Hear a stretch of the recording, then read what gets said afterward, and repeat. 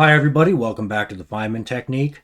Today we're going to be evaluating this integral using a combination of Feynman integration and complex numbers. So let's get started. All right, so we're going to use a complex logarithm here. Since it's known, or it can be easily shown, that the natural log of some complex number a plus bi, where a is real and b is real, that's just going to be equal to the natural log of the square root of a squared plus b squared plus I arctangent b over a. So we could take the real part of both sides, use the properties of logarithms to bring that square root outside, do some algebra to arrive at this. All right, so 2 times the real part of a complex logarithm a plus bi is equal to the natural log of a squared plus b squared. All right.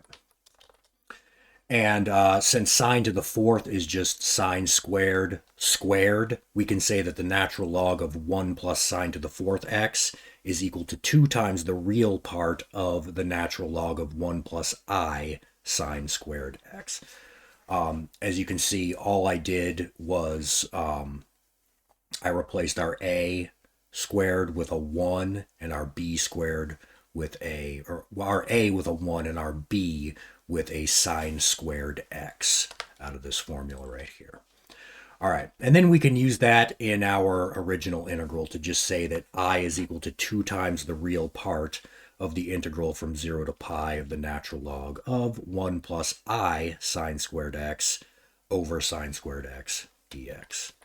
All right, and now we will create a function of t that pretty much, it's very similar to this, except I just replace this I with a t. Therefore, we can say that 2 times the real part of this thing evaluated at I is going to be our original integral, big I. And f evaluated at 0 is going to give us 0, because we'll just end up with the natural log of 1 plus 0, which is natural log 1, which is 0, and the integral over any interval of 0 is 0. All right. So next, we differentiate f of t with respect to t using the Leibniz rule for differentiation under the integral sign, and I skipped most of the steps here because I didn't feel like writing it out. You guys are all familiar with that if you're watching this channel. It just says that we can take f prime of t directly by taking the partial with respect to t of the integrand. And if you do that, you end up with this. So our f prime of t is equal to that integral right there. And in a previous video, I showed that this was true.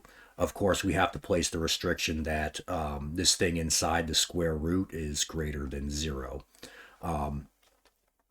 So with a being equal to 1 and b being equal to t, we can see that f prime of t is just pi over square root of 1 plus t. All right. So next, we integrate f prime of t to get back to f of t. I'm not going to show the steps for integrating this. This is just a simple u substitution. And what you'll end up with is f of t being equal to 2 pi times square root of 1 plus t plus c. And don't forget, we know that f of 0 is equal to 0, which in turn is going to be equal to this evaluated at 0. So 2 pi plus c is equal to 0, giving us c is equal to negative 2 pi.